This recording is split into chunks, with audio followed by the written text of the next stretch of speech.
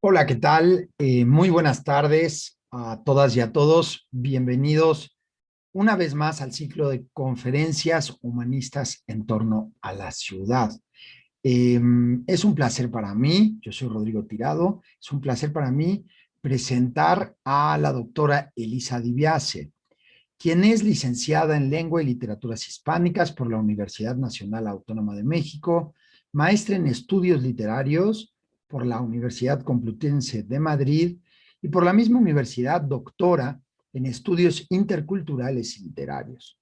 Actualmente es profesora de carrera de tiempo completo en la Facultad de Estudios Superiores Acatlán de la UNAM y dirige el seminario y el proyecto de investigación PAPIT, homónimos Dimensiones humanas e imaginarios del espacio urbano. Es un verdadero placer presentarla y pues nada, la palabra es tuya, Elisa.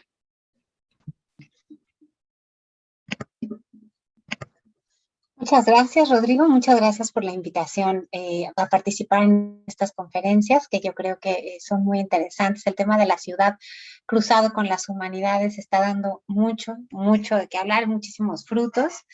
En particular, me da mucho gusto estar en un foro que entiendo que está compuesto por arquitectos, urbanistas, diseñadores, no que los otros foros no me interesen, pero ya les contaré que estoy pues tengo mi agenda, ¿no?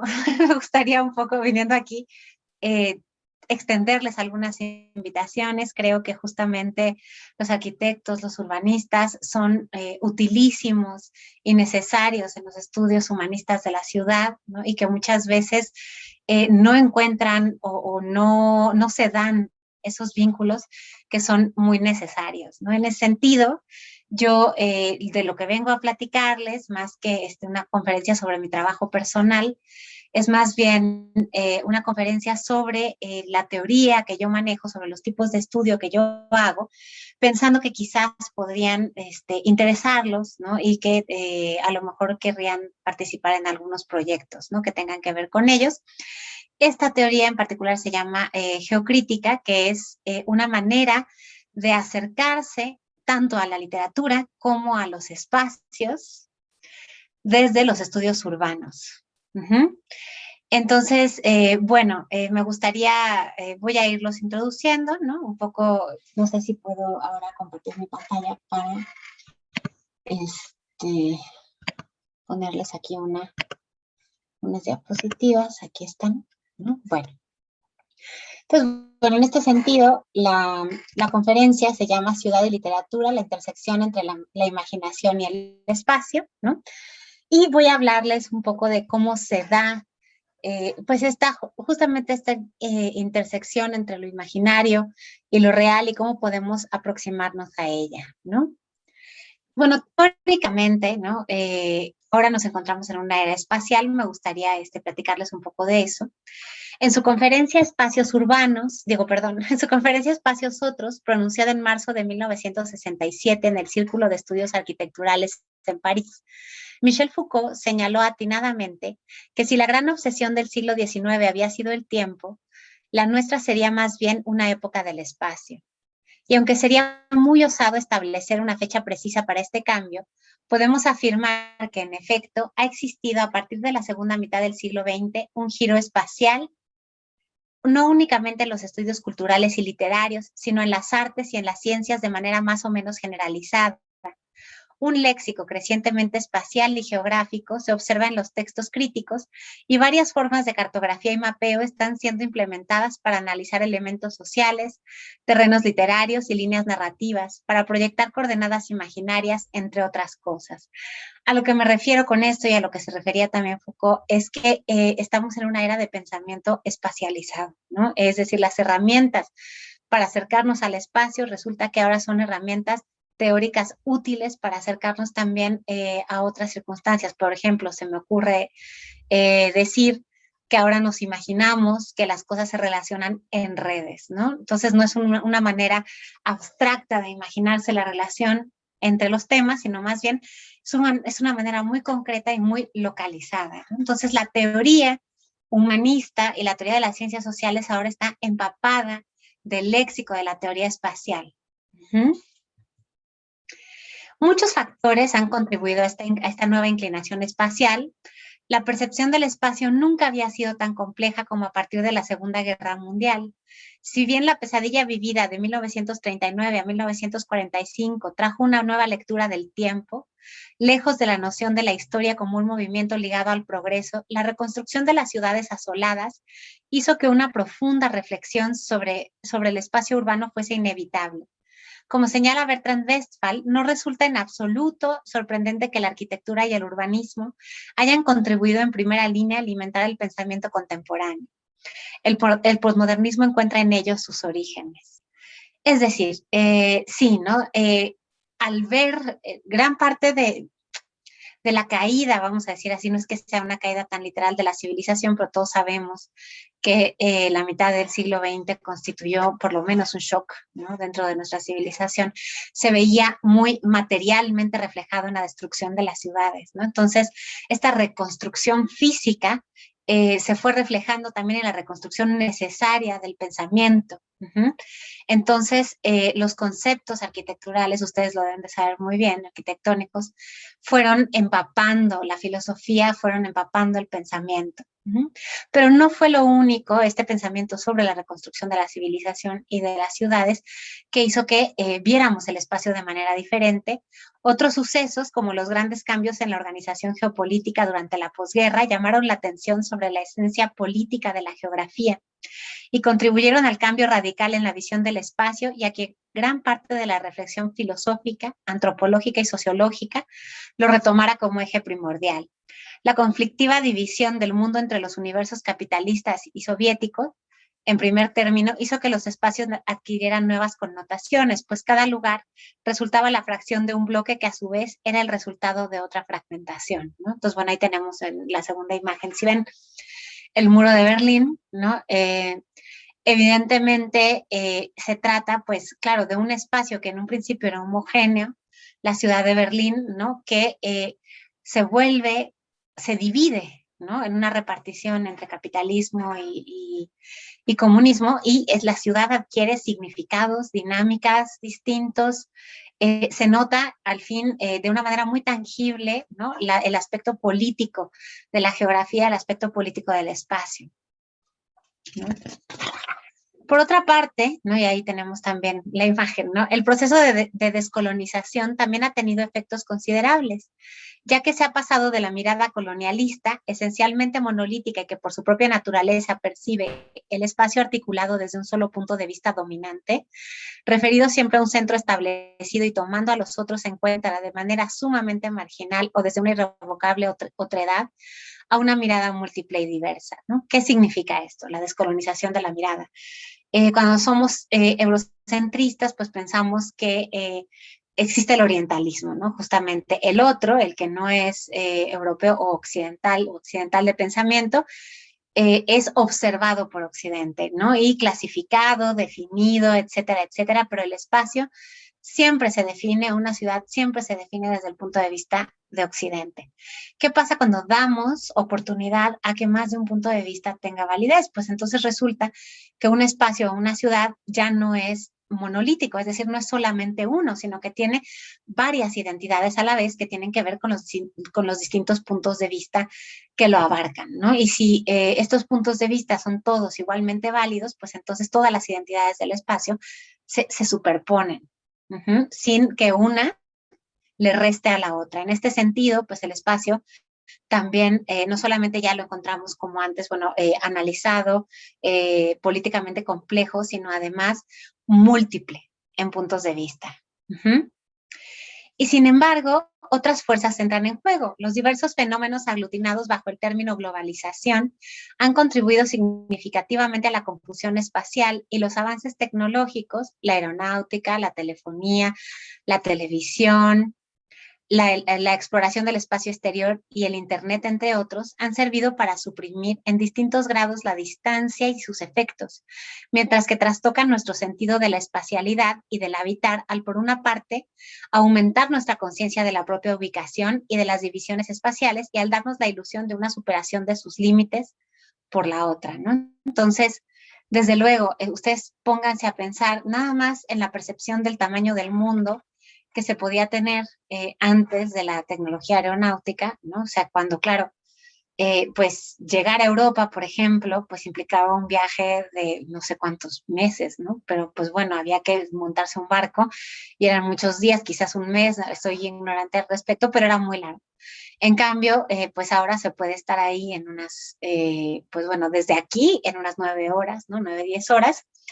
Pero por ejemplo desde Nueva York pues a Londres en unas 5, ¿no? Entonces se reduce mucho. También la percepción que se puede tener de una selva que se cruza a pie o a caballo en contra de una selva que se cruza en una 4x4, ¿no?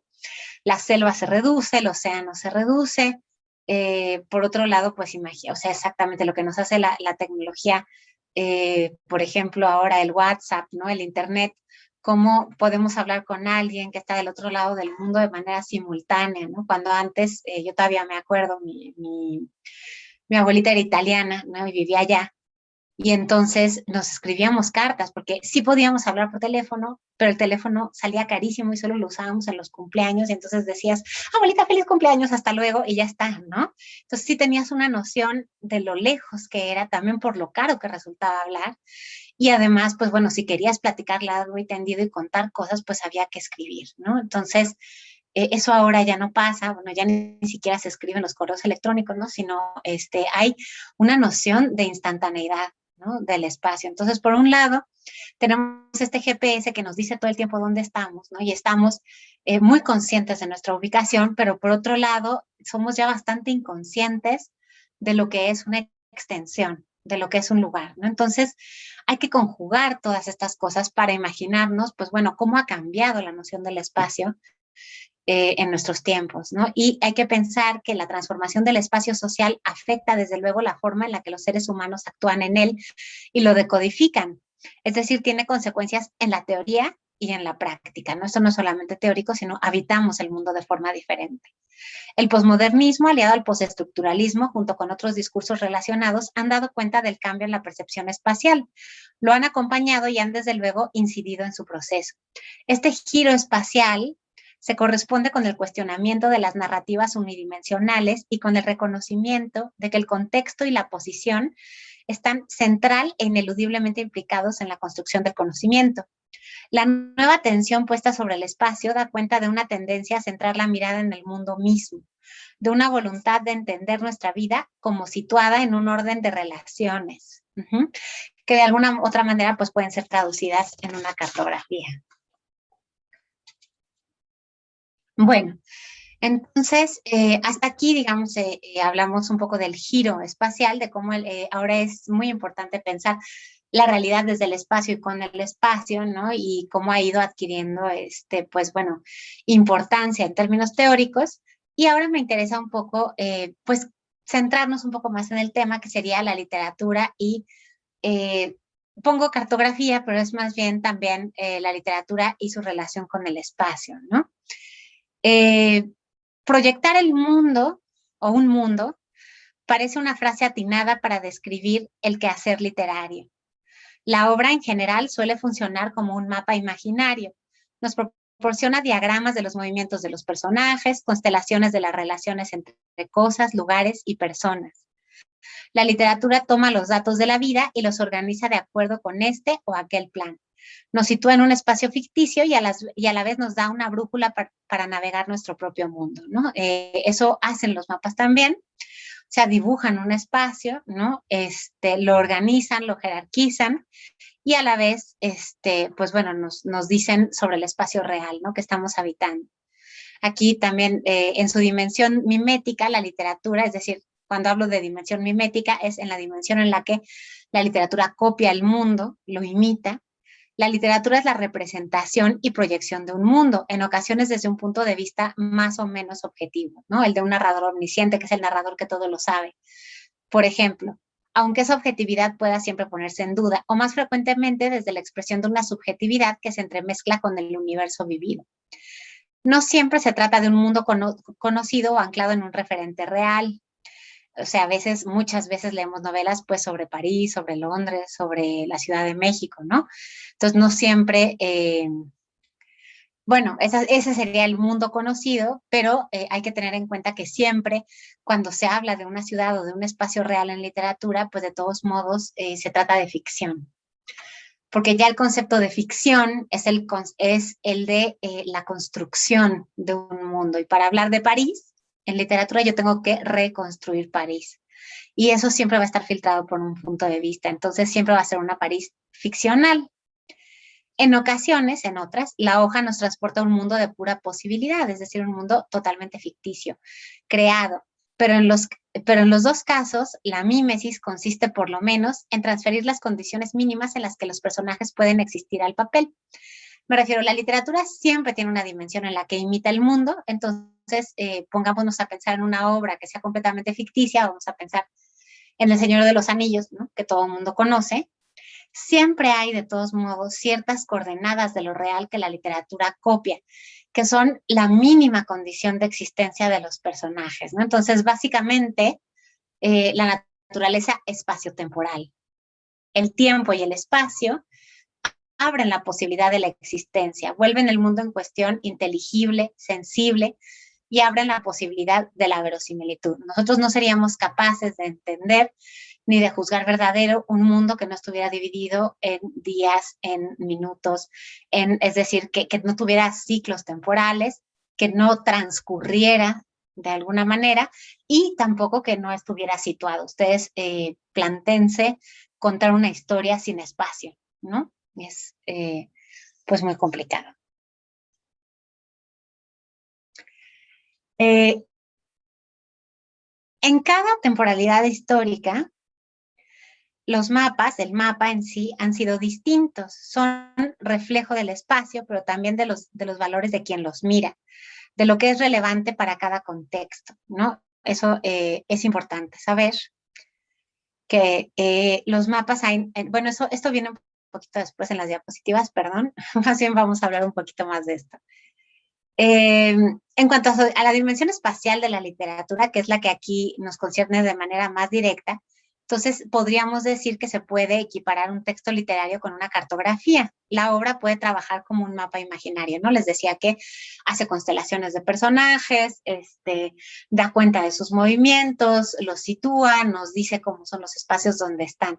Nos provee de esquemas que siguen los movimientos de los personajes, no, bueno, está bien, justo eso dice ahí, reúne los datos de la vida y los organiza según un sentido, que es lo que hace el mapa, ¿no? O sea, los mapas no reúnen todos los datos del espacio, sino reúnen algunos de estos datos según un sentido que quiere darse a la cartografía.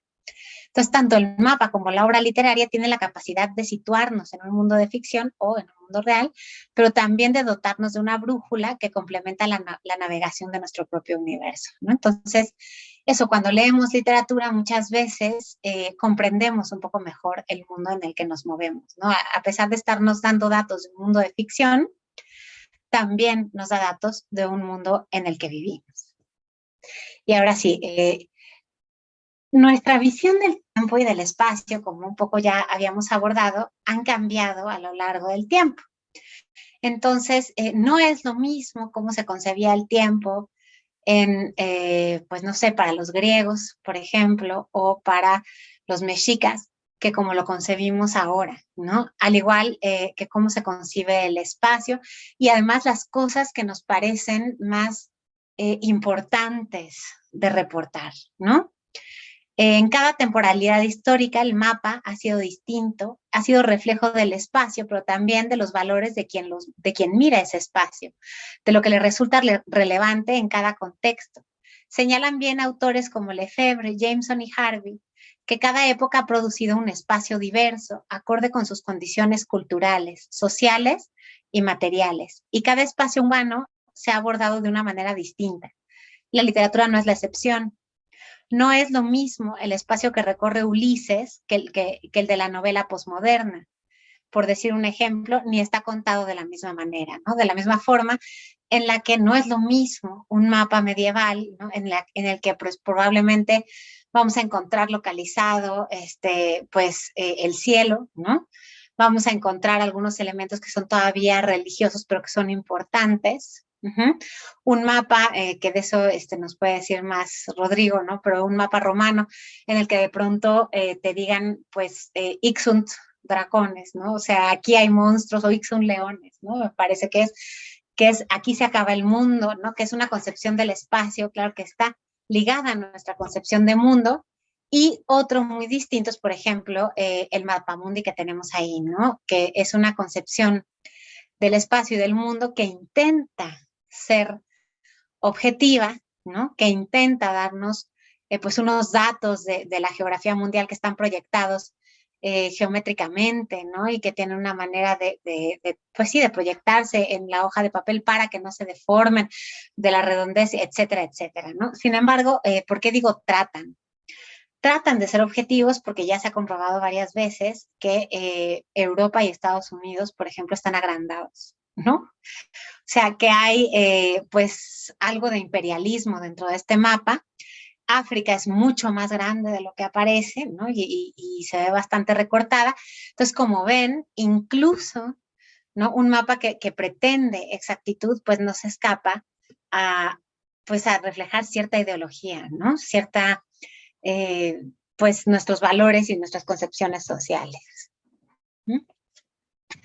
Bueno, esta es una cita de Robert Talley que me detengo, por cierto, a decir que ya que les estoy hablando de una teoría que uso y que yo no exactamente inventé, ¿no? O sea, estoy mezclando y haciendo una síntesis en realidad de los principales teóricos de la geocrítica, que son Robert Talley, que trabaja en la Universidad de Texas, y Bertrand Westphal, que trabaja en la Universidad de Limoges. Entonces, bueno, según Robert Talley, el acto de escribir en sí mismo podría considerarse una forma de mapeo o una actividad cartográfica. Como el cartógrafo, el escritor debe examinar el territorio, determinando qué características de un paisaje dado incluir, enfatizar o disminuir. Por ejemplo, es posible que algunos sombreados necesiten ser más oscuros que otros, algunas líneas más audaces, etc. El escritor debe establecer la escala y la forma, no menos de la narrativa que de los lugares en ella. El cartógrafo literario, incluso aquel que opera en modos no realistas como el mito o la fantasía, debe determinar el grado en que una representación dada de un lugar se refiere a cualquier lugar real en el mundo geográfico. ¿No? Exactamente, ¿no? Es un escritor, tiene que saber qué resalta, igual que el cartógrafo, ¿no? Qué límites va a poner, cómo va a ordenar el espacio, cómo lo va a jerarquizar, ¿no? Y así poderlo construir también desde el punto de vista de la imaginación del lector, ¿no? Y bueno, me van a decir, bueno, pero no es igual, porque se puede arguir que el mapa literario es siempre metafórico, no un mapa verdadero, objetivo, pero en realidad vamos a ponernos a pensar y a decir que mapa no es metafórico. El espacio en el papel nunca es el espacio real, sino otro filtrado por la mirada, ¿no? Entonces siempre el espacio que está en el papel es una metáfora del espacio real. ¿Y qué es lo que crea un lugar sino nuestra propia mirada? En espacio y lugar, la perspectiva de la experiencia, el geógrafo Gifu Tuan ha señalado que una porción determinada del espacio se convierte en un lugar una vez que ocasiona una pausa, un descanso de los ojos que por breve que sea, lo convierte en un sujeto para contar historias. Fíjense qué bonita definición de lugar, ¿no? Un lugar es un punto en el espacio del que se puede decir algo, ¿no? O un punto en el espacio en donde puede ocurrir algo, que ya estaría más ligado a la narrativa, ¿no? O sea, hay alguna acción que se puede situar ahí. Uno puede verlo como una unidad y puede decir algo de él. Entonces, bueno, justamente, ¿no? Si el lugar lo define una cierta encrucijada de tiempo, que es detener la mirada y también del tiempo en el que se puede desarrollar la acción, ¿no?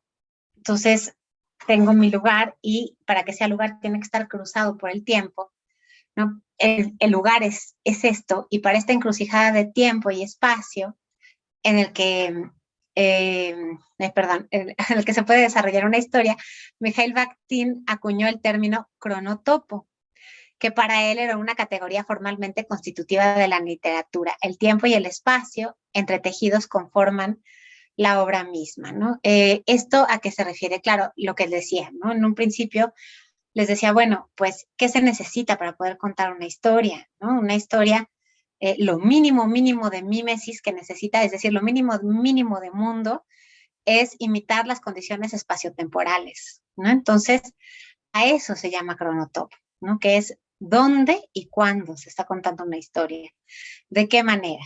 Entonces, si yo pregunto por el cronotopo de una historia, pues quizás es París en el siglo XIX o quizás es la Ciudad de México en el siglo XXI, en el mes pasado, etcétera, etcétera, ¿no? Pero esto es, el cronotopo crea el lugar y crea a la vez la posibilidad de la existencia de la literatura.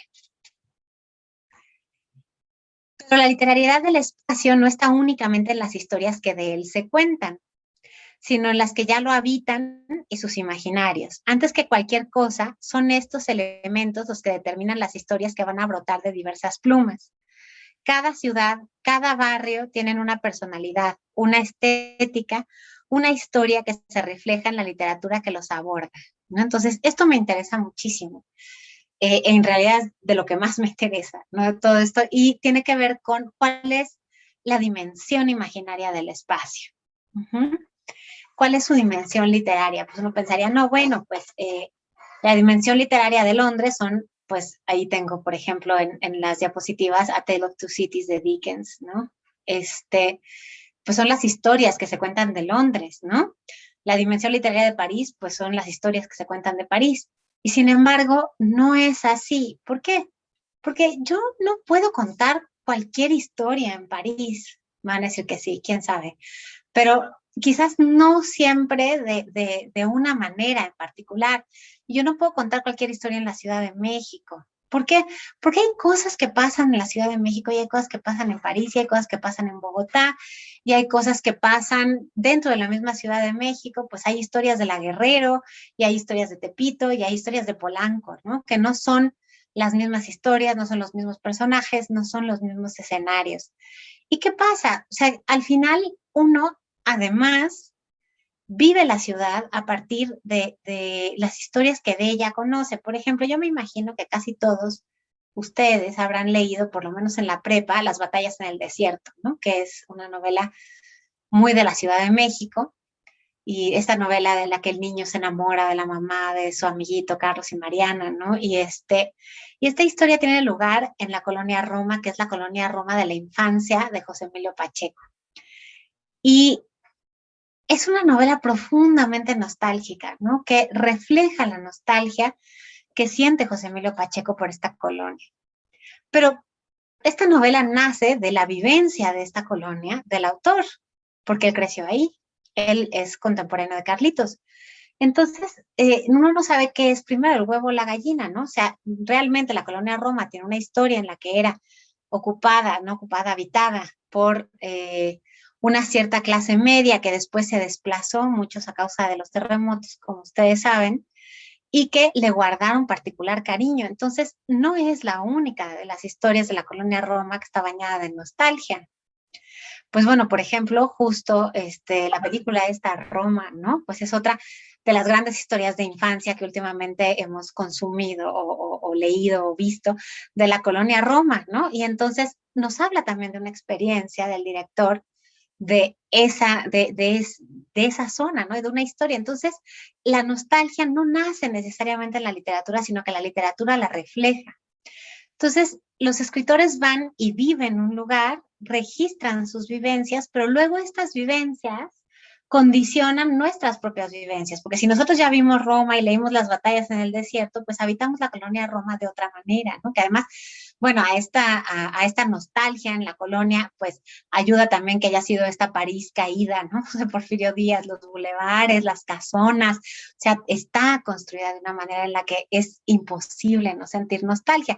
Pero claro, estas historias pues no pasan igual en La Guerrero. La Guerrero tiene otro tipo de historias. Tepito tiene otro tipo de historias. Y entonces, ¿qué pasa? Que hay un imaginario que nace de nuestras vivencias, que se alimenta con las historias que nos contamos. Y, por ejemplo, eso, justamente yo les haría la pregunta, ¿no? ¿Ustedes creen que Nueva York sería la misma ciudad si no se hubieran hecho las películas que se han hecho de ella? ¿O que París sería el París que nosotros nos imaginamos si no hubiera toda la literatura que hay sobre París y todo el cine que hay sobre París. Y uno va a París a vivir lo que ha leído, uno va a Nueva York a vivir lo que ha visto. Y entonces hay una cierta, se condiciona nuestra manera de ver el espacio, ¿no? Entonces aquí lo interesante es que la literatura, lo imaginario y lo real se retroalimentan. ¿Mm? Bueno, y también es importante saber, ¿no?, que también el género literario determina cierta manera de cartografiar el espacio. En opinión de Lukács, por ejemplo, Lukács es un teórico húngaro, la novela es una respuesta a una condición de desamparo trascendental en la que el sujeto individual o colectivo debe ahora crear un cosmos para hacer inteligible y significativa su propia existencia. Así, la novela es el mapa de un mundo observable, inteligible, dotado de sentido o del sinsentido que nos habita. ¿A qué se refiere con esto? ¿No? Que quizás ustedes que vienen de otras disciplinas digan, ¿qué? ¿No? A lo que debemos, lo que quiere decir Lukács es que antes de la modernidad, ¿no? Antes de que la modernidad se define por muchas cosas, como ustedes saben, pero quizás alguna de ellas es la pérdida de Dios. Antes, sobre todo, de perder estos grandes mitos que ordenaban el mundo, pues el ser humano recurría a la Biblia para saber, pues, quién era, a dónde iba, qué era el mundo, qué era bueno hacer, qué era malo hacer. A la Biblia y a otras, ¿no? A otros libros religiosos. Cuando eso se cae, pues entonces el mundo ya no es lo que creíamos, perdonen. El mundo ya no es exactamente lo que creíamos, ¿no? Y nosotros ya no somos quienes pensábamos, y no hay un guión para vivir, y no hay nadie que me explique, ¿no? Entonces, la literatura, y por eso la novela agarra tanto auge en la modernidad, intenta hacer eso, ¿no? Intenta reconstruir el mundo y darle sentido y hacer que nosotros podamos habitarlo, ¿no? Entonces, de esa manera, pues, las novelas son un gran mapa para vivir. ¿Quién no de adolescente, ¿no? Leía también para reconocerse, para saber cómo era vivir, ¿no? Y lo curioso, bueno, ya se habla de los géneros porque no es lo mismo la Ciudad de México que te puede entregar una novela, pues de Juan Villoro, vamos a pensar, a la Ciudad de México que te puede entregar un poema de Octavio Paz, ¿no? Porque son otros aspectos humanos distintos los que se cartografían, ¿no? La novela cartografía normalmente una ciudad de acciones y de personajes, mientras que la poesía cartografía ciertos estados del ser que se van conjugando con el espacio, ¿no? Entonces, además, pues bueno, cada tipo de literatura nos va dando diferentes dimensiones de la dimensión imaginaria del espacio, ¿no? Bueno, aquí es donde llegamos a la teoría, ¿no? Que, como les comentaba, se llama geocrítica, que es la que intenta abarcar esta relación dinámica entre lo imaginario y lo real en el espacio. La creciente diferenciación de perspectivas, ¿no?, que hablábamos con el giro espacial, el continuo brote de universos simultáneos, no dejaron incólumes a la literatura y a las artes, que no se quedaron atrás en los retratos que hacían de los espacios, de pronto diversos y móviles, vistos desde unos ojos que habían adquirido también flexibilidad y multiplicidad. La literatura, ligada fuertemente al mundo y su devenir, tuvo que hacerse a las flamantes reglas del espacio, dar cuenta de su nueva percepción y contribuir a su creación. Entre la Ciudad de México de Martín Luis Guzmán y la de Juan Villoro hay profundos cambios onomásticos, urbanísticos y por supuesto de tamaño, pero la diferencia más honda radica quizás en la manera en la que la urbe es representada. Entonces, justo, ¿no?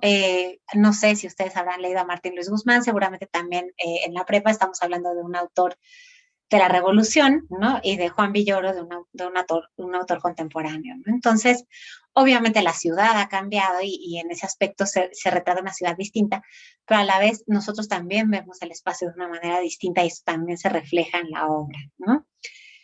Aquí, de acuerdo con Bertrand Westphal, uno de los grandes teóricos de la geocrítica, como les decía, de la ciudad cuadro, cara a Louis Sebastián Mercier, hemos pasado a la ciudad escultura, en cuanto a que la estatua es pluridimensional, ¿no? O sea, primero se retrataban los espacios de una manera pues bastante plana, después empezaron a adquirir más más dimensiones. Entonces, la estatua es pluridimensional, que es apreciable en función del punto de vista que se privilegie. Ciudad cuadro, ciudad escultura y después se entiende ciudad libro. Habíamos pintado la ciudad, modelado la ciudad y de ahora en adelante la ciudad se lee. Porque si la ciudad es frecuentemente trasplantada a un libro, también ocurre que la una y la otra sean aprendidas en relaciones de estricta equivalencia. En otros términos, para ciertos autores, sobre todo a partir de los años 50, la ciudad se convirtió en libro como el libro se convirtió en ciudad. La creciente y concomitante complejización, puede ser esto fortuito, de las estructuras espaciales y de las estructuras de la obra literaria, han hecho del espacio urbano una metáfora del libro, de la novela en particular. Aquí lo que quiere decir Westphal es que la novela también se ha espacializado, ¿no? Antes se relataba pues una novela, una ciudad de manera lineal, había un camino que seguir, y ahora pues muchas veces no, ¿no? Ustedes saben que ahora uno se puede perder en un libro de la misma manera en la que uno se puede perder en una ciudad, ¿no? Sobre todo en una de estas megalópolis que justamente pues son como de libre interpretación, por decir algo, ¿no? O sea, son megalópolis que no están hechas según un sentido particular, ¿no? Y que están fragmentadas, pues bueno, las novelas también. Entonces, en este sentido, incluso la forma literaria tiende a reflejar lo que nosotros vivimos acerca del espacio. ¿Sí? Entonces, bueno, resulta curioso que en efecto, tanto para muchos teóricos, incluidos Roland Barthes y Michel Foucault, como para un gran número de escritores, la ciudad se haya convertido en un libro que el paseante lee y decodifica, así como muchos libros se han convertido en verdaderas ciudades habitables. Encontramos nuestro camino de la misma manera que retomamos el hilo de una historia. Sin duda es significativo que mientras autores como Grach, Nabokov, Perec y Calvino, entre otros, se dedicaban a dilucidar las relaciones entre el libro y la urbe, la teoría, no únicamente literaria en torno al espacio, haya tenido una gran explosión. La poética del espacio de Gaston Bachelard vio la luz en el 57, Lo sagrado y lo profano de Mircea Eliade en el 59, Imagen de la ciudad de Kevin Lynch, que ustedes deben estar muy familiarizados con él, se dio en 1960 a la prensa. Hemos hablado ya de la reflexión que hace Foucault sobre los espacios heterotópicos en 1967. En el mismo año, Roland Barthes escribe La ciudad como texto. Poética de la ciudad de Pierre Sansot surgió en 1973. La producción del espacio de Lefebvre se publica en el 74. Y los conceptos de cronotopo de Bakhtin y de semiósfera de Lotman irradiaron durante los años 80. En Latinoamérica, Ángel Rama publica póstumamente La ciudad letrada, y han seguido muchos otros de los que quizás uno de los más relevantes haya sido Edward Soya, con la publicación de Geografías Postmodernas en el 89. ¿No? Esto digamos que es la teoría pues un poco más amplia, ustedes deben conocer muchos más libros teóricos sobre el espacio, pero digamos que durante el mismo momento en los estudios literarios pues también empezaron a crecer disciplinas que abordan el espacio, en particular la imagología, la tematología y la mitocrítica, ¿no? En el caso de la imagología, lo que se hace es estudiar las imágenes de un autor o de un tipo de autor en específico, imágenes espaciales, ¿no? Y entonces, bueno, tiene sus limitaciones porque, pues, es muy particular, ¿no? Se corresponde con la impresión de un observador determinado o de una clase homogénea de observadores. La tematología amplía un poco más esta visión, ¿no? Concederá un lugar privilegiado a los temas de la ciudad, a los temas de la isla, del río, de la montaña. Entonces los espacios se estudian como temas literarios particulares. En estos estudios, cada espacio es visto como la ilustración de un paradigma y no por sus particulares, ¿no? Particularidades. Así, Londres, Buenos Aires y Calcuta se presentan como ejemplos del tema de la ciudad, de la misma manera que el Rin, el Amazonas o el Ganges pueden ilustrar el tema del río, ¿no? La mitocrítica, por el contrario, se concentra en espacios específicos y en su naturaleza, pero siempre y cuando estos puedan aspirar a la categoría de mito, ¿no? El prestigio se convierte en una condición indispensable de la mitocrítica, dejando de lado el estudio de los espacios con auténtica dimensión literaria, pero que carecen de prestigio.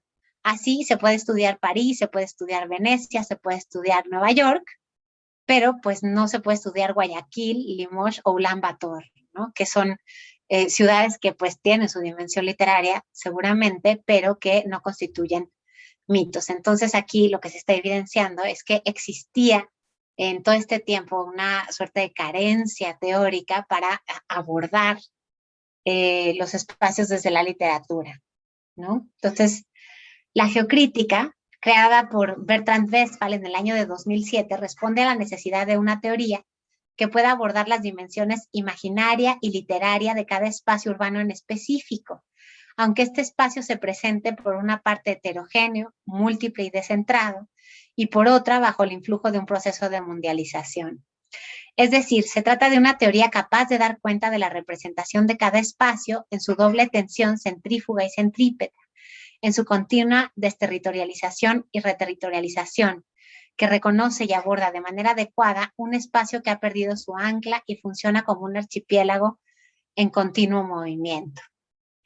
Entonces, se trata de abordar al espacio justamente en esta multiplicidad de visiones, en el entendimiento de que nunca es uno y el mismo, en el entendimiento además de que por un lado está igualándose con otros espacios a través de la globalización, pero por el otro también tiene una cierta particularización, ¿no? Hay una tensión y un movimiento dentro del espacio.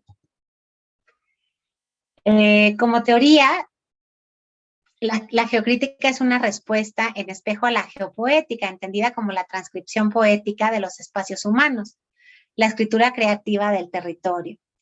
Se plantea repensar la relación entre los espacios humanos y la literatura, sintetizando los diversos métodos de estudio espaciales que han tenido lugar a partir de la segunda mitad del siglo XX, mientras explora a la par la metáfora ciudad-libro y los vasos comunicantes entre estas dos entidades, aplicándoles los principios de la intertextualidad.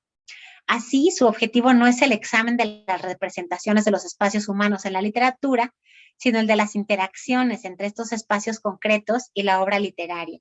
Aunque su vocación es primordialmente literaria y se apoya sobre todo en los textos para abordar la obra desde los espacios humanos que en ella se retratan y en los que imprime su huella, se trata de una teoría de naturaleza multidisciplinaria con afinidades hacia la filosofía, el psicoanálisis, la geografía humana, la antropología, la sociología, las ciencias políticas, el urbanismo y la arquitectura, entre otros.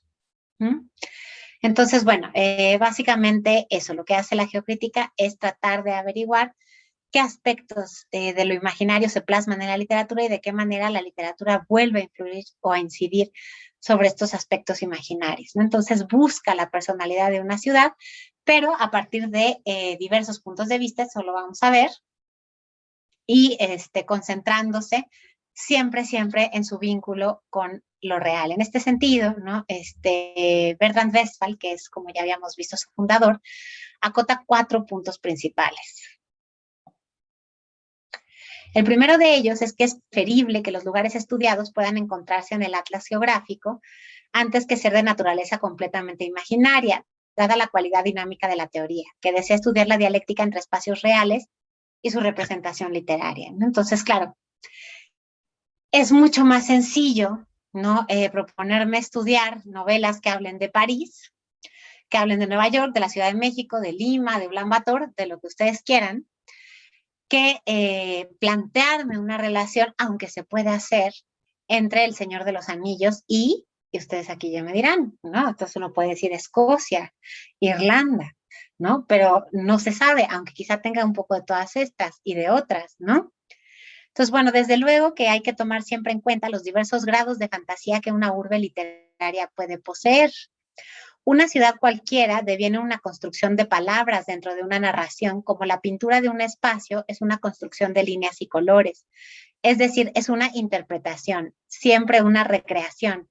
De manera que, aunque esa ciudad se llame Roma o Lima dentro de la obra, y yo pueda reconocer sus calles y sus monumentos, esta siempre tendrá un punto de fantasía, ¿no? Esto es súper importante porque muchísimas veces, esto les pasa mucho a los sociólogos, se trata de usar la literatura como una suerte de fuente histórica, ¿no? Y realmente no funciona así, ¿no? O sea, y como una serie de datos sociales.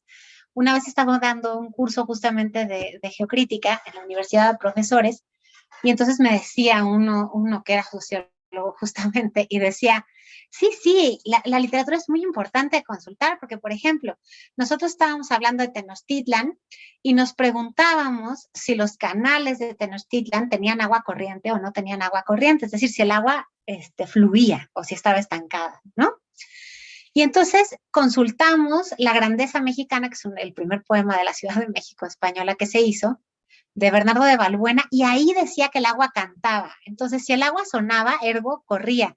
Entonces, uno ahí se quiere morir porque les decía yo, no, o sea, el agua que canta es un tópico literario, ¿no? O sea, uno, y sobre todo en esa época, o sea, un autor, si quiere decir que el agua es bonita, ¿no? Y que los canales son cristalinos, te va a decir que el agua es cantarina. Eso no quiere decir que sea verdad, ¿no? Entonces, finalmente, a veces hay tópicos literarios, a veces el autor se da algunas licencias, a veces también, aunque a algunos no les guste, la literatura es el reflejo de un punto de vista individual, ¿no? Y no necesariamente objetivo y colectivo, ¿no? Entonces, es muy importante no utilizarla como fuente, entender que hay un grado de ficción y saber discernir, ¿no? Por otra parte, no existe ninguna ciudad fantástica desprovista completamente de un referente concreto, por más difuminado que éste pueda encontrarse. Y existen algunas ciudades fantásticas, como la Vetusta de la Regenta, de Leopoldo Alas Clarín, en el que se transparentan nítidamente ciudades existentes, ¿no? Entonces, bueno, Clarín habla de Vetusta, pero se sabe que realmente está escribiendo de Oviedo, ¿no? En definitiva, la ciudad, como cualquier otro lugar trasplantado a la literatura, puede sostener esencialmente tres tipos de relación con un referente real que deben considerarse.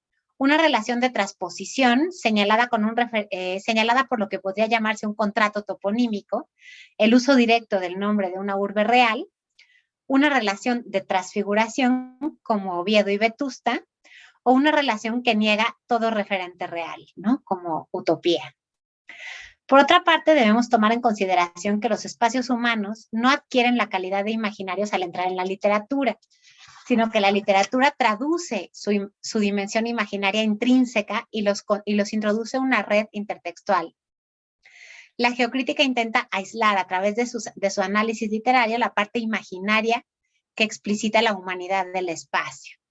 Entonces sería el punto número 1, ¿no? Considerar el grado de ficción de la ciudad y sobre todo tender a ciudades que puedan ser localizadas en el mapa.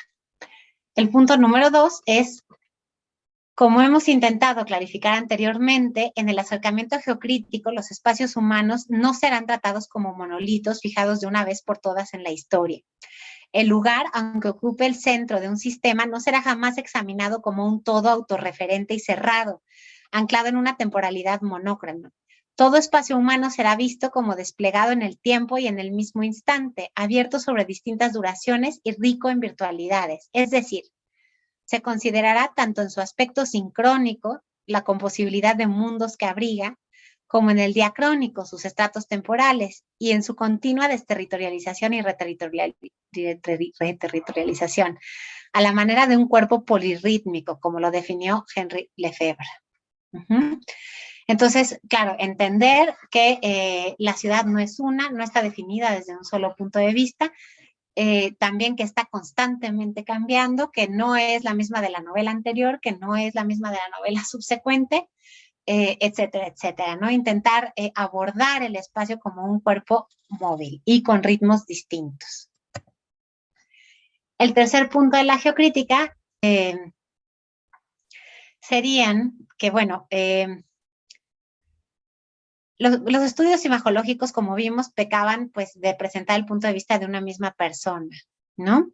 La geocrítica, para la cual el espacio es esencialmente polifónico, examinará un referente y sus representaciones como elementos interdependientes y asociará una serie de representaciones diversas provenientes de distintos autores con contextos disímiles. Aunque se continuará asignando un papel importante al escritor, cada uno de los autores no será más que una parte del espectro de representaciones que se tomarán en cuenta. Esto ayudará a otorgar un punto de vista plural y a determinar el espacio común, nacido en la encrucijada de las diferentes miradas. El acento irá puesto sobre el espacio observado antes que sobre un observador en concreto. Esto, sin embargo, da a la geocrítica una característica paradójica. Al analizar un corpus de obras y autores articulado en torno a un mismo referente espacial, permite situar mejor las intenciones, las reacciones y las estrategias discursivas de cada escritor. Exacto, ¿no? Entonces, bueno, si yo voy a hacer geocrítica, normalmente no puedo trabajar con una sola obra, ¿no? Y tampoco con un solo autor. En realidad tengo que encontrar esta dimensión imaginaria del espacio de la ciudad a la que me estoy refiriendo a través de los ojos de autores distintos. Sobre todo tengo que poner atención en qué tipo de autores, ¿no? En que yo tenga un reparto variado de puntos de vista, ¿no? Entonces ahí en la diapositiva tienen a Juan Villoro, a Jorge Volpi, a Guadalupe Nettel y a Cristina Rivera Garza. Todos ellos han escrito libros sobre la Ciudad de México, ¿no? Desde puntos de vista distintos, ¿no? Y en realidad yo tendría que encontrar todavía más. Lo curioso es que si yo me pongo a estudiar la Ciudad de México a través de las obras de todos estos autores, también al contrastar unos autores con otros, pues ineludiblemente va a salir el espíritu, la personalidad de cada uno de estos autores, ¿no? Entonces la geocrítica me ayuda, por un lado, a encontrar la personalidad literaria de la Ciudad de México y por otro lado, pues a conocer a cada uno de los autores que participan en ella, ¿no? Y por último, digamos, el punto 4 de la geocrítica es que desde el momento en que esta teoría abandona el punto de vista de la obra singular para construir una versión reticular, la cuestión del corpus se vuelve decisiva. Exacto, lo que le estoy diciendo. No hay que establecer una medida del volumen de obras consultadas que se corresponda con el prestigio literario del lugar analizado, es decir, que sea coherente con la cantidad de literatura existente. Porque si yo voy a hablar de un pueblo que tiene muy poca literatura, pues a lo mejor tengo que conformarme con 2 o 3 obras, ¿no? Que además son las que hay. Pero si yo voy a hablar de París, ¿qué voy a hacer? O sea, yo no puedo abordar toda la literatura sobre París. Más bien tengo que lograr hacer un corpus representativo, ¿no? De los diferentes puntos de vista. Entonces ahí entra como cierta habilidad estadística que tiene que ver con el volumen de obras, ¿no? Entonces, bueno, esto es así. Entonces, bueno, la geocrítica permite identificar la dimensión literaria de los lugares y trazar una cartografía ficcional de los espacios humanos, ¿no? Pero además hay otras herramientas que pueden enriquecerla. En este sentido, es que una vez que ya les platiqué un poco de desde dónde trabajo yo, ¿no? Que sería yo por contarles mi trabajo, mi tesis doctoral habla de la Ciudad de México desde el punto de vista de las imágenes de los 4 elementos, ¿no? Entonces, del fuego de los volcanes, de los incendios, del agua de la laguna perdida, de las inundaciones, de las fuertes lluvias, del aire, ¿no? De cómo se ha ido de la región más transparente a la región más contaminada del planeta, ¿no? A una que, bueno, ya no tanto. Y de la tierra, pues de los terremotos, de Tenochtitlan enterrada, ¿no? Todas estas imágenes que son típicas de la Ciudad de México, ¿no? Como intentar dar una serie pues de datos, ¿no? Desde diferentes puntos de vista autorales para ver qué quieren decir, qué me están diciendo de la Ciudad de México, ¿no? Por otro lado, pues he trabajado la obra de Villoro en particular, he trabajado también la de José Emilio Pacheco, ¿no? Con algunas otras temáticas, y ahora particularmente pues estoy trabajando la poesía de Octavio Paz, ¿no? Sobre la Ciudad de México y pues también vinculándola con los estudios anteriores, ¿no? Pero me di cuenta justamente que algo que tiene muy valioso la geocrítica es esta necesidad de dar una visión múltiple de la ciudad, una visión basada en distintos puntos de vista que puedan confluir y que hagan de la ciudad un todo movible, ¿no? Entonces me pregunté cómo podía hacerse esto, digamos, también desde el punto de vista de la teoría de los estudios de la Ciudad de México, y entonces aquí es donde voy a extenderles la primera invitación a los que estén interesados. Hemos creado, el doctor Rodrigo Tirado está también incluido en este proyecto. Esperen solo un segundo que tengo que dar con mi pantalla. Espera, ¿qué pasa? A ver, esperen un segundito. Ok. No sé, vamos bien de tiempo, ¿no? Sí. Ok. Pues bueno, esta es la pantalla, el sitio Dimensiones Humanas e Imaginarias del Espacio Urbano que hemos creado en un seminario de investigación que reúne cartografías de la Ciudad de México provenientes desde distintas disciplinas. Entonces aquí tengo, vamos a mapas para que ustedes puedan ver, ¿no? Entonces aquí tengo el mapa de Carne de Ataúd, que es una novela de Bernardo Esquinca. Aquí hay otra de Bernardo Esquinca, El Inframundo, que se van situando pues los elementos relevantes dentro de la obra en el mapa. Aquí hay un mapa de Ciudad Fantasma, de relatos fantásticos de la Ciudad de México. Todos esos son literarios.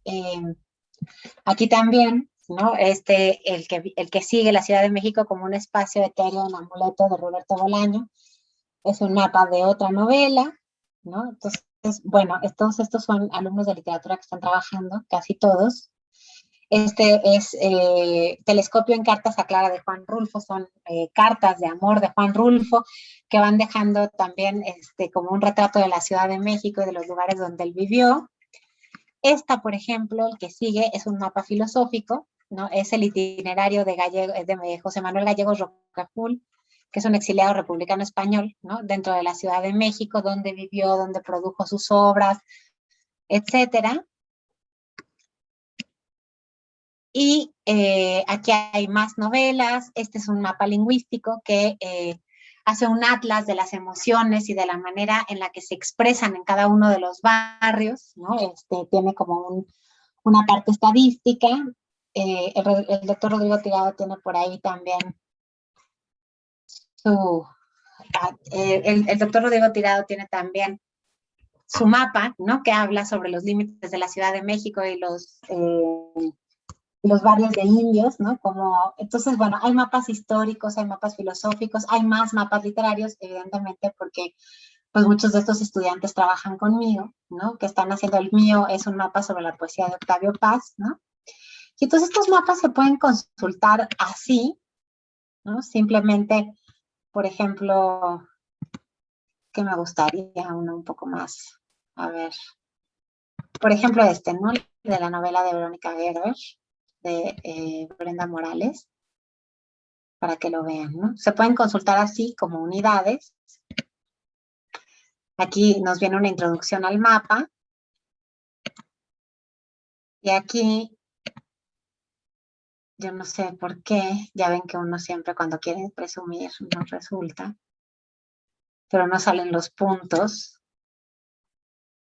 A ver. A ver, no salen los puntos del mapa, esperen. Voy a entrar a otro mapa.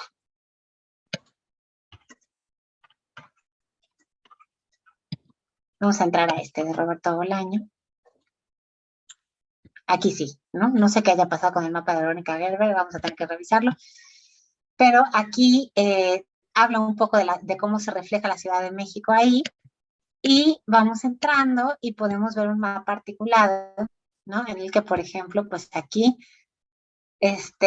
pues la casa de Carlos Coffín, ¿no? Que tiene cierta relevancia en la novela, o eventos de la novela que ocurren en determinados enclaves o emplazamientos de la Ciudad de México.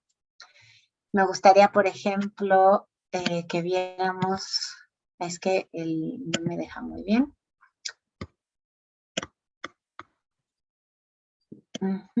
Yo creo que por aquí tiene que haber, bueno, esto cerca de la Roma, ¿no?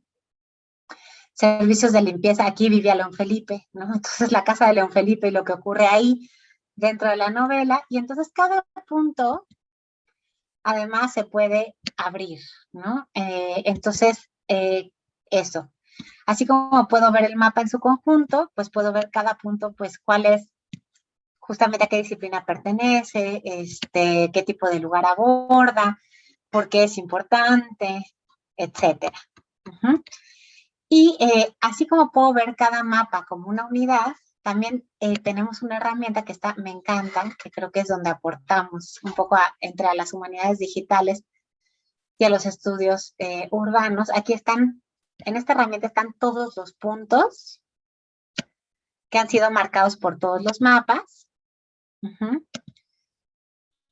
Y están todos los temas traslapados, ¿no? Entonces, ¿qué es lo que pasa? Que yo puedo estudiar la Ciudad de México, por ejemplo, desde los lugares, ¿no? Como, por ejemplo, aquí hay tipo de lugar, ¿no? Y puedo encontrar, pues, edificio residencial, edificio universitario, me van a salir todos los edificios universitarios que estén mapeados, ¿no? Por ejemplo, tengo todos estos, son edificios universitarios. Entonces, si yo quiero saber qué tipo de cosas pasan o se estudian dentro de la Ciudad de México en los edificios universitarios, pues entonces simplemente lo consulto aquí, ¿no? Y la idea es que esta herramienta tenga cada vez más mapas metidos y que entonces cada vez yo pueda obtener más datos, de manera que si busco prostitución me salga estudios sociológicos sobre prostitución, escenas literarias, cinematográficas, estudios históricos, etcétera, etcétera. Y yo pueda, digamos, justamente visualizar la Ciudad de México como una serie de capas, de temas, de puntos de vista, etcétera, y que me dé una dimensión aquí ya no únicamente imaginaria, porque si fuera imaginaria, pues solo recurriríamos al arte, al cine y a la literatura, sino también humana. Por eso es dimensiones humanas e imaginarios en general del espacio urbano, ¿no? Entonces, como se imaginarán, ¿no? En este sentido, pues nos encantaría tener aquí trabajando a urbanistas, arquitectos, ¿no? Diseñadores. Si ustedes tienen algún punto de vista que aportar sobre la Ciudad de México, pues nos encantaría, ¿no? Entonces, bueno, una vez habiéndoles presentado la herramienta y eso, ya el último comercial que me queda es además el grupo de investigación en este mismo afán de generar foros para discusión, ¿no? Sobre la Ciudad de México, sobre la Ciudad de México y la ciudad en general. Aquí no tiene que ser nada más la Ciudad de México. No sé si cambié de pantalla, ¿sí? Sí, perfecto, ahí está. Pues entonces, además estamos organizando un congreso internacional, este es el segundo, ¿no? En el que se habla justamente de las dimensiones humanas e imaginarias del espacio urbano, desde luego desde muchísimos puntos de vista. Me interesa ahorita hacerle un acercamiento, ¿no? O sea, bueno, aquí está toda la convocatoria que no les voy a leer, pero temas como historia conectada y espacio urbano, imaginarios urbanos, ciudad de lengua, literatura, cine, música, arte y la ciudad, arqueología histórica, filosofía de la ciudad, sustentabilidad urbana, identidad urbana, estética urbana, ciudad y tecnología, interseccionalidad, género, sexualidad, etnicidad, clase y espacios urbanos, gentrificación, migración, fronteras, diseño urbano, análisis urbanísticos, el derecho a la ciudad y urbe y medio ambiente, entre otros. Es decir, cualquiera que a ustedes se les ocurra que tenga que ver, ya sea con un aspecto imaginario o humano de la ciudad, pueden participar, ¿no? Está abierta la convocatoria. Ahora les voy a dejar mi correo, o más bien ahí está el correo a donde se pueden enviar todas las propuestas, ¿no? Conexiones y dimensiones humanas @gmail.com. Y también, ¿no? En el caso de que les interese participar en el seminario, quieran formar parte de la investigación y todo, pues también son bienvenidos, ¿no? Y ahora, pues nada más me queda agradecerles y esperar si tienen dudas, comentarios o lo que sea para podérselo resolver. Muchísimas gracias. Muchas gracias. Perdón, es que tenemos como eco. Muchas gracias, Elisa. Te agradecemos muchísimo tu presentación. Es muy interesante, verdaderamente es muy interesante eso de la dimensión espacial de la literatura, la geocrítica. Y pues creo que a todos nos dejaste pensando digamos, en eso, ¿no? Precisamente en las dimensiones espaciales. Tienes felicitaciones vía Facebook, que agradecemos mucho. Este ciclo de conferencias lo transmitimos por Facebook y por YouTube, así que les ruego, por favor, hagan sus preguntas mediante Facebook y la doctora Dibiase la vamos a enlazar con esas preguntas para que pueda respondérselas, ¿vale? Pues muchísimas gracias. Muy buenas tardes y nos vemos la próxima semana. Vamos a tener al doctor Miguel Ángel Cuevas Olascuaga de la Universidad Autónoma del Estado de Morelos, quien nos va a hablar de Jojutla tras el terremoto del 2019. ¿Vale? Muchas gracias, Elisa. Te agradecemos mucho.